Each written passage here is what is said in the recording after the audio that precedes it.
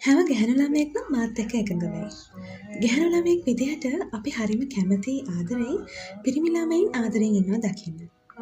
අපේ ජීවිතවල ලස්සනම දර්ශනය තමයි වෙන පුද්ගලයෙක් අපිට ආදරය කරනවා ඒ වගේම ඒ ආදරය එයාගේ ඇස් දෙකෙන් අපිට හැමදාම දකින්න පුළුවන් කියන එක.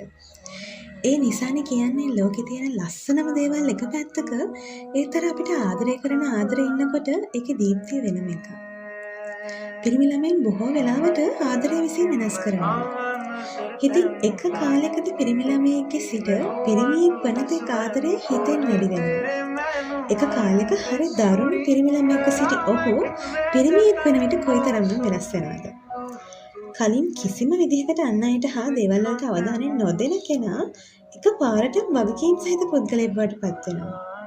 මොහොතේ කොයිතරම්නම් මාළුවෝ ඉන්නවද කියලා ආදරයෙන් ඈත් වෙලා හිටපු කෙනා එක පාරටම මේ දැලේ පැටලුණාම එක දැලකින්වත් එළියට එන්න බැරි විදිහට හැඟීම් වලින් හිර වෙනවා. ආදරය කියන භාෂාව එතකොට එයා තේරුම් ගන්නවා වගේම හදවතින් ඒ තරමටම අල්ල ගන්නවා. මීට කලින් හදේ රිද්මය නොතිබෙනව තරමට. ඒ නිසානේ කියන්නේ පිරිමි ළමයින්ට ආදරයට පෙරලෙන්න විතරයි පරක්කුව. ඊට පස්සේ එයාලා අපිට උගන්වනවා හරියටම ආදරය කරන්නේ කොහොමද කියලා.